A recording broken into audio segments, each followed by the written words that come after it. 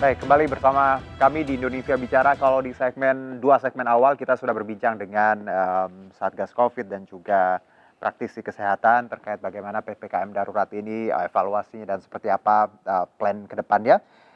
Banyak hal yang harus kita syukuri, salah satunya bahwa memang angka untuk saat ini, kalau kemarin sempat menyentuh 54.517 kasus positif. Ini angka yang luar biasa tinggi, ini menyebabkan Indonesia disebut tadi epicentrum baru setelah India. Tapi ada jumlah yang harus kita juga pahami bersama. Ada dari 2.600.000 kasus, ada 2.139.601 orang yang sembuh. Jadi banyak sekali yang sembuh dan untuk saat ini ada 443.473 orang yang masih dalam perawatan. Jadi 400 ribuan yang dalam perawatan. Jadi optimisme harus kita jaga agar kita tentunya bisa melihat bagaimana plan ini. Dan sebelum saya nanti berbincang dengan beberapa narasumber lainnya, saya di segmen ini kembali mencoba untuk menghubungi Kombes Polisi Sambodo Purnomo Yogo di Lantas Polda Metro Jaya. Selamat malam, Pak Sambodo. Ya, selamat malam, Mas. Iya, Pak, kita bicara PPKM. Hari ini saya dengar 100 titik baru ya, Pak. Seperti apa, Pak, update-nya? Iya, evaluasinya hari ini memang hari pertama penambah titik penyekatan dalam rangka PPKM darurat. Iya. Ini juga bagian dari sosialisasi. Di beberapa titik penyekatan, tadi pagi tempat terjadi kepadatan, namun sekitar jam 9.10 sudah mencair, dan sampai sore hari ini juga sudah tidak ada antrian di titik di Mampang dan titik lainnya. Oke. Yang masih agak padat memang di Layang Besing ya, di Dan Mogot. Tadi saya berada di Layang Besing untuk kita evaluasi nanti bagaimana sistem yang terbaik untuk melaksanakan penyekatan. Oke, baik Pak Sambodo, kalau bicara kita tahu sebenarnya sosialisasi sudah disebutkan dari semalam bahwa jam 6 sampai 10 itu yang boleh lewat dan tentunya esensial. Di luar itu hanya nakes, TNI dan juga Polri seperti itu. Nah, kalau bicara syarat nih Pak Sambodo, apa yang menjadi syarat untuk warga bisa melintas di jam 6 sampai 10? Boleh dipertegas lagi? Nah. Yang pertama ya memang yang boleh bergerak hanyalah yang bergerak di bidang sektor kritikal dan esensial, dan para masyarakat bisa membaca. Kemudian saya harapkan semua yang bergerak di bidang kritikal esensial itu bergeraknya pagi, antara jam 6 sampai jam 10. Karena setelah jam 10 kita akan laksanakan penyekatan secara ketat. Gitu. Karena kita anggap semua yang kritikal esensial sudah masuk kantor semua. Oke. Baik, kalau bicara media sendiri Pak, wartawan, beberapa kan memang lapangan dan harus mobile seperti itu untuk meliput. Apakah ada pengecualian atau seperti apa untuk teman-teman media misalnya? Kalau untuk media, misalnya dia menggunakan kendaraan media, biasanya juga diperbolehkan kalau sama anak-anak di lapangan. Oke. Jadi asal tadi ada surat dan juga kendaraannya jelas media seperti itu ya Pak ya? Ya, kendaraan untuk liputan. Oke. Nah, kalau untuk saudara-saudara kita mungkin buruh atau OB yang bekerja di rumah sakit, ini seperti apa Pak? Karena mereka kan jatuhnya bukan nakes, tapi mungkin pekerja tambahan untuk rumah sakit dan fasilitas kesehatan. Seperti apa Pak? Iya, kalau dia tenaga kesehatan menunjukkan ID card bahwa dia bekerja di rumah sakit, pasti kita izinkan kok. Oke. Jadi yang penting tadi jelas ya Pak ya, ada ID dan juga surat. Ya, apalagi kalau berkaitan dengan nakes dan fasilitas kesehatan pasti diperbolehkan ya Pak ya. Baik, betul, Pak Sambodo, saya tahu lagi sibuk sekali. Terima kasih walaupun singkat. Semoga hari ini lancar dan banyak masyarakat yang paham dan makin taat ya Pak ya. Baik, makasih Pak Sambodo. Ya, makasih. Baik, tadi perbincangan singkat kita dengan Dirlantas Polda Metro Jaya terkait bagaimana penyekatan yang memang hari ini ditambah 100 titik dan di jam-jam tertentu hanya beberapa golongan yang boleh melintas di wilayah Jakarta dan sekitarnya. Dan di segmen ini saya akan berbincang dengan narasumber, ada dua. Ini ada Mbak Desi Purnamasari. Saya sapa dulu, Mbak Desi. Halo. Iya, Assalamualaikum. Apa kabar Mbak? Waalaikumsalam. Alhamdulillah baik, Mas. Baik, oke. Dan di sebelahnya ini ada Bang Aji ya, Ismail Jiwo, panggilannya Aji. Ini pedagang nasi goreng. Waduh, Bang Aji, apa kabar Bang Aji? Alhamdulillah baik. Alhamdulillah ya. Oke, kalau Mbak Desi kalau nggak salah di Tanah Abang ya kerjanya ya? Iya, Oke, kalau boleh tahu jualan apa Mbak di Tanah Abang? jualan bahan. Tekstil Kita ya, Bi? toko kain, Mas. Oke, Tekstil. baik. Nah, kita ingin melihat pandangan nih dari teman-teman kita, baik itu pedagang dan juga UMKM.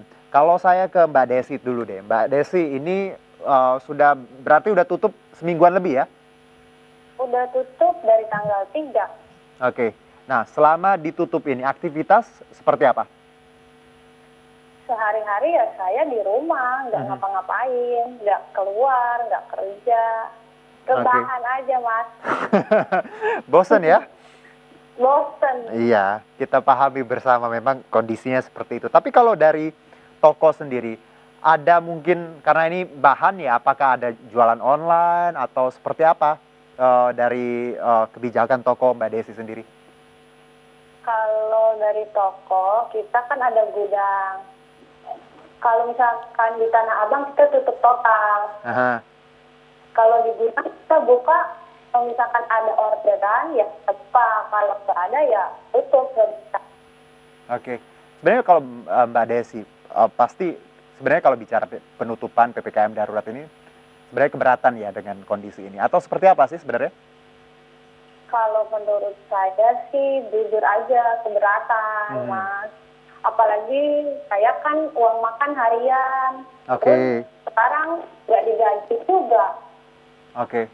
Jadi uang makan harian dan itu karena di rumah aja sekarang kerjanya jadi tidak dapat otomatis. Iya, tidak dapat. Apa yang masih dapat untuk saat ini? Nggak ada. Kita nggak dari perusahaan nggak dapat. Jujur aja saya kan KTP daerah, Mas, bukan Oke. KTP DKI. Oke. Bantuan tidak ada, ya nunggu aja. Oh, mudah-mudahan tanggal 21 udah buka.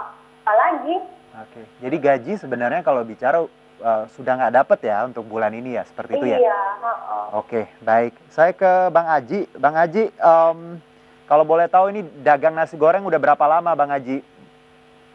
Ya kurang lebih setahunan lah Setahun. Di daerah mana biasanya? di Kemayoran. Di Kemayoran. Waduh, deket lah ya. Saya di Kebon Siri nih. Kapan-kapan nyobain deh. Bang Haji, kalau bicara nasi goreng, kalau saya lihat nih ya di lapangan, beberapa pedagang yang di jalan masih ada sih yang dagang. Kalau Bang Haji, dagang atau enggak sebenarnya? Masih bisa atau seperti apa? Kalau saya sih jujur aja dagang di dekat rumah. Oke.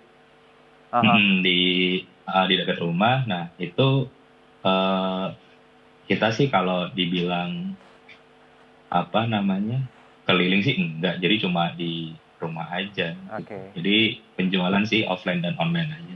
Oke. Oh, jadi ada online juga ya? Iya, ada online juga. Alhamdulillah cukup membantu ya, karena kalau bicara online, kita pun kalau pesan makanan untuk saat ini ya banyak di online. Nah, kalau sekarang berarti jualan tapi di rumah saja, maksudnya tidak keliling. Sebelumnya memang keliling biasanya. Oh, enggak juga sih, tetap di rumah aja. Tetap di rumah aja. Nah, kalau bicara dampak PPKM darurat, apa yang Mas Haji rasakan kalau untuk saat ini? Apakah memang tadi banyak customer yang tidak bisa datang langsung, atau memang tadi penurunan omset seperti apa? Penurunan omset sih jelas ya, Mas. Jadi walaupun nih kita online,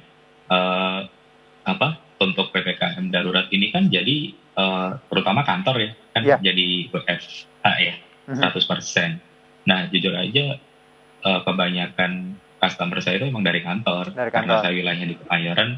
Jadi biasanya perkantoran-kantorannya Astra tuh kan di Sunter relatif lebih dekat. Terus kementerian-kementerian juga biasanya beli di saya juga gitu. Cuma karena memang ini semuanya pada WFH jadi ya mempengaruhi sedikit lah. Ya, karena customer-nya tadi banyak dari perkantoran ya, seperti itu ya.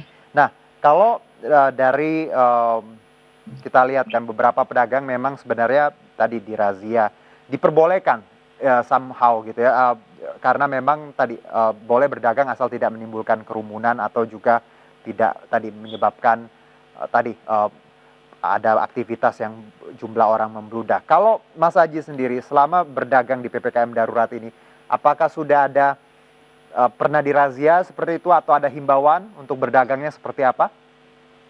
Kalau saya sih paling himbauan aja. Jadi karena saya online, jadi untuk driver-driver ojol ya yang ngambil makanan itu biar dibatasi gitu. Jadi solusinya jadi nanti bergantian gitu. Jadi kita bikin sesuai orderan masuk, urutan.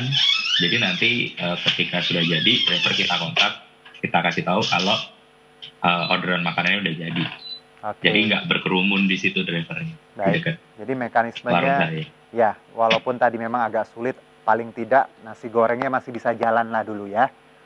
Walaupun tadi omsetnya memang turun. Nah, saya kembali ke Mbak Desi.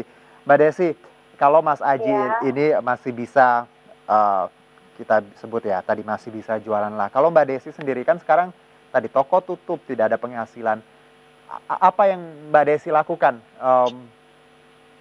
sebagai jalan keluar mungkin untuk tadi ya memenuhi kebutuhan? Ya, nggak ada. Saya di rumah juga diam aja, Mas. Paling kalau ada orderan, kita WA-in ke bos, gudang gitu. Oke. Ada rencana mungkin Mbak bersama teman-teman lain juga atau seperti apa? Kalau memang keadaannya memang masih ditutup, ya. Belum ada. Oke. Kalau Mbak Desi sendiri, ya kita tahu harapan, pasti ada harapan dan keadaan sekarang memang sulit ya. Semuanya memang harus mematuhi karena jumlah angka juga cukup tinggi. Bicara harapan, Mbak Desi sendiri inginnya seperti apa, Mbak? Harapannya ya mudah-mudahan COVID ini segera berakhir gitu. Kita kerja bisa normal lagi. Oke. Bantuan. Di rumah aja juga nggak betah, Mas. Mudah-mudahan pemerintah melihat kita sebagai warga DKI ya dibantu lah gitu. Berarti kalau bicara bantuan dari pemerintah belum dapat ya Mbak Desi? Belum ada atau? Belum ada sama sekali. Dari tahun lalu pun kita nggak ada, Mas. Oke. Kalau owner usaha sendiri ada mungkin keringanan seperti itu, ada uang atau apa yang diberikan untuk ya tadi meringankan beban? Kalau untuk tahun lalu ada. Kalau sekarang bulan sekarang katanya sih kata bos nggak ada dapat gaji, jadinya ya udah terima aja.